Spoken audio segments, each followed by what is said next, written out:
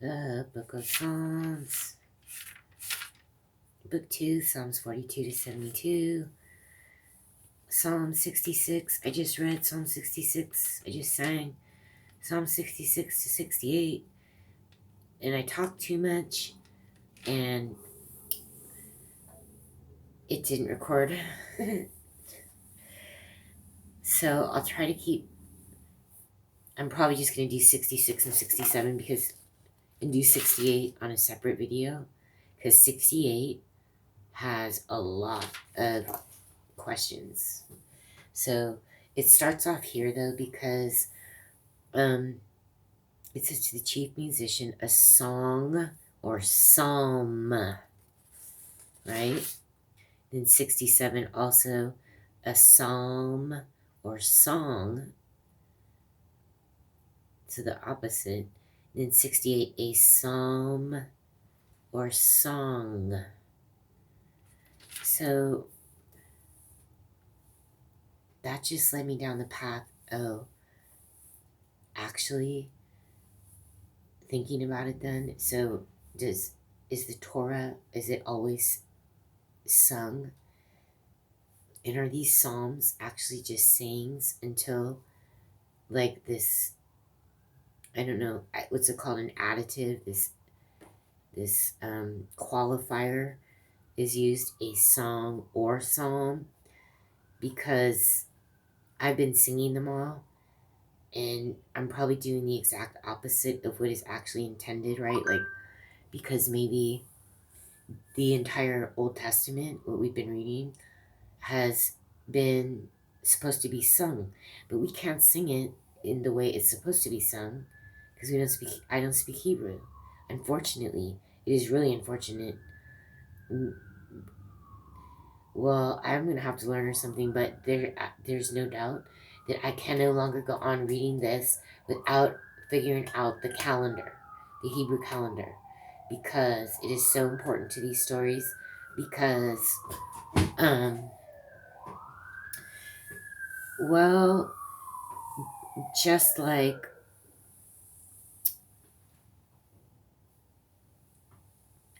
okay, well, I want to say that the thing that I was talking about too much real quick, and that is that,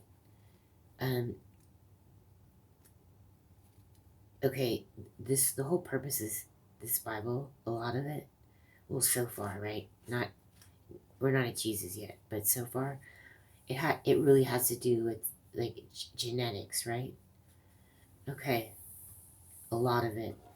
And there's a bad seed line, and there's a good seed line. And for whatever reason, right, this has like been totally hidden, right? It's like not a major study. Like you go to Catholic school, you go to church or something. Like nobody ever brings this up, ever, ever, ever. And I'm old, and I never ever heard of it. I am gonna do this. Um, but then when I started keep reading these next 3 chapters, oh, there's a lot more that I have to do. You'll see why. But I'm also realizing that, okay, let's just get back. So I'm doing it backwards. Maybe all of these psalms are supposed to be spoken until you have like express permission, right? Like right here in 66, 67, 68. A song or psalm, which means you can do it, you can perform it either way. You can sing it or you can speak it. But since that has not been, you've not been given permission at any other rate, maybe these are really only supposed to be spoken and the rest of the Old Testament is really supposed to be sung. That's the idea I'm getting. But something that stands out really strong right now is like AI. Why? What are they good for? The only 2 things that I see that they could possibly be good for, well, main things, I don't even want to think about it, but the number 2 thing is when you call people, you pick up the phone, it totally sends you to some like cartel phone bank. And it's like, why doesn't AI just do this and speak to me like in my native language, right? That is like the easiest thing on earth, right? Why do they withhold that? It's really strange. But the number one thing AI should have done, and maybe people have attempted this on their computers, I don't know, but I am going to have to do something about this in particular, is the seed line, because this is what this whole thing is describing up to this point, right? The bad, the evil, and the good. And since there are, starting with Cain and Abel, we have to be very clear that they are fraternal twins, that Cain is the serpent seed. Yes, that's how she got pregnant, from that serpent. That's how. And that all of those names are exact mimics all the way down of the king seed, of Jesus' seed, the entire way down. And only today was I realizing, yeah, there's kind of stories like that too, that where the names are just on top of each other. And I'm realizing it was Chronicles.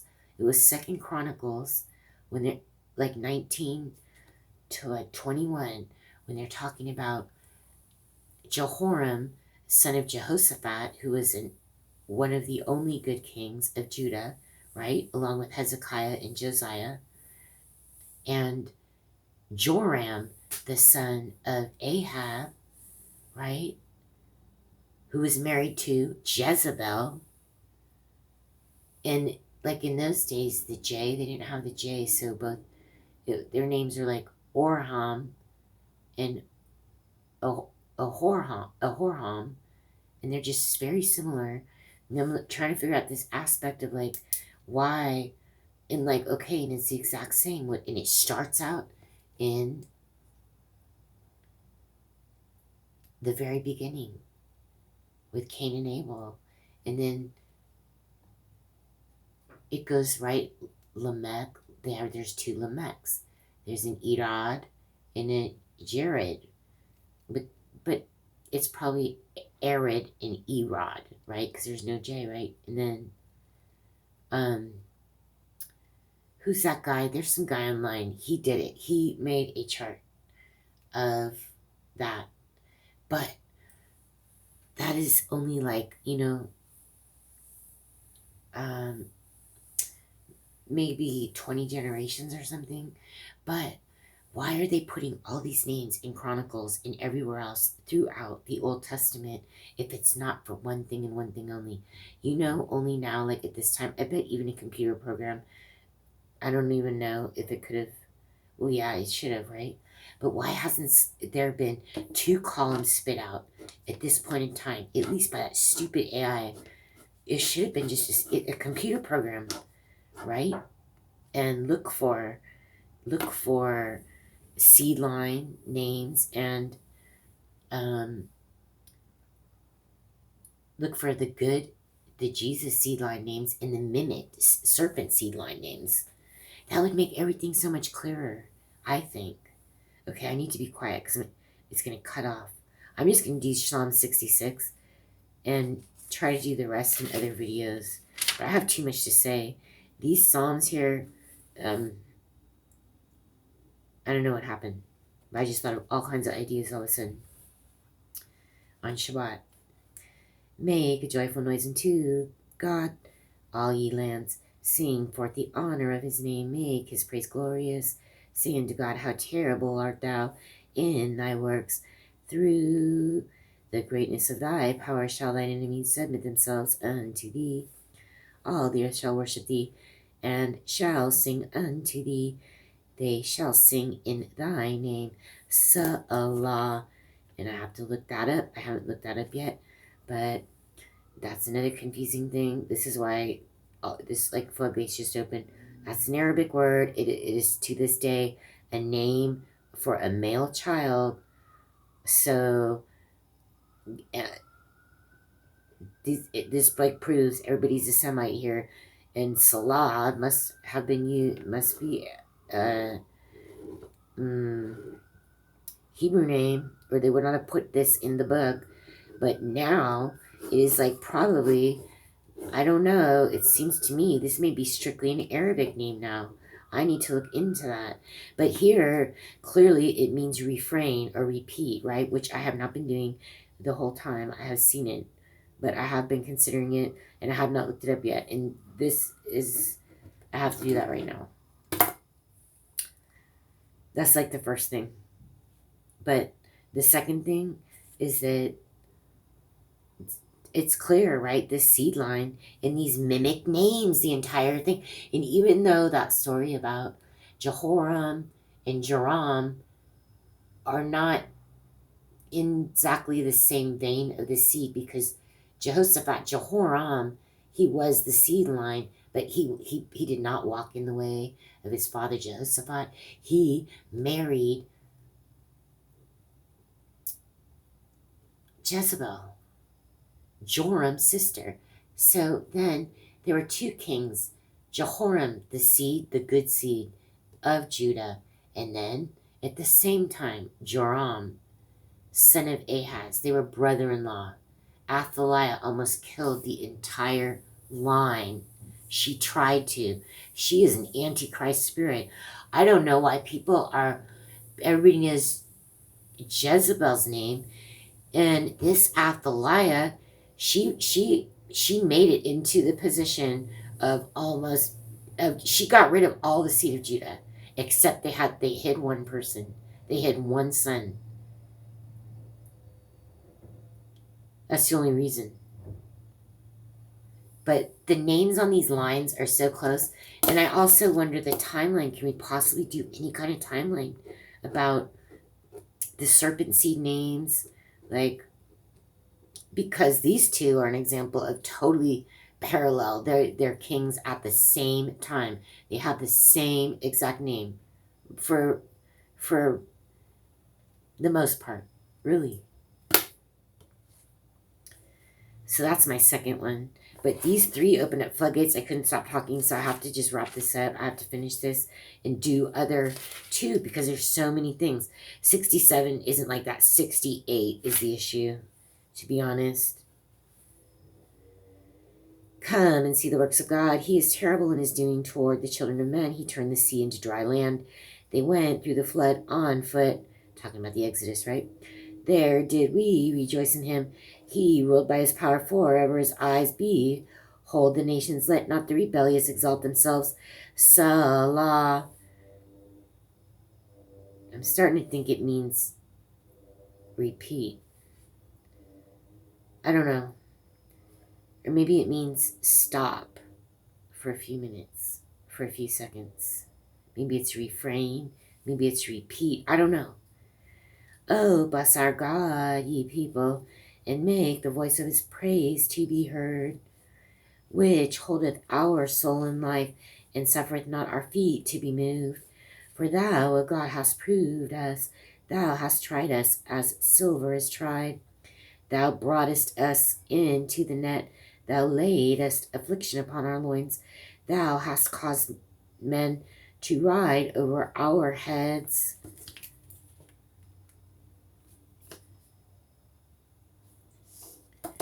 There's a thing with heads in these next. Didn't it just say it again? Oh, look. Not only do I ask the Lord, okay, it's one thing to read the Bible, it's another thing to understand it, and it's a whole nother level to try to remember it. And because if you don't remember it, how are you going to put all these layers together? Right? Lord, please give us the strength to remember these stories so you can put things together.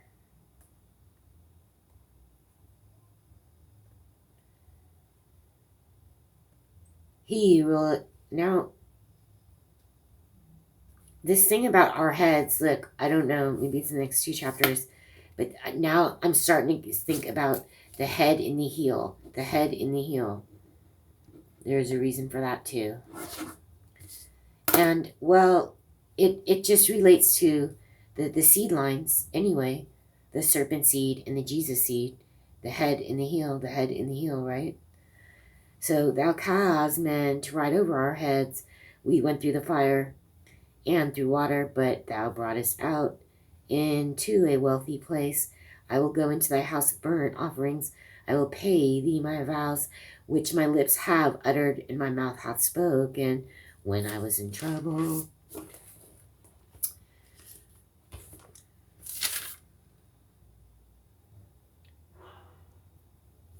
Oh, he's saying he's going to pay him back because he made vows to him when he's in trouble. He promised him stuff. We've all been there, right? Haven't we? I will offer unto thee burnt sacrifices of fatlings with the incense of rams. I will offer bullocks with goats. Salah. Come and hear, all ye that fear God, and I will declare what he hath done for my soul. I cried unto him with my mouth, and he was extolled with my tongue. If I regard iniquity in my heart, the Lord will not hear me. But verily God hath heard me. He hath attended to the voice of my prayer. Blessed be God, which hath not turned away my prayer, nor his mercy from me.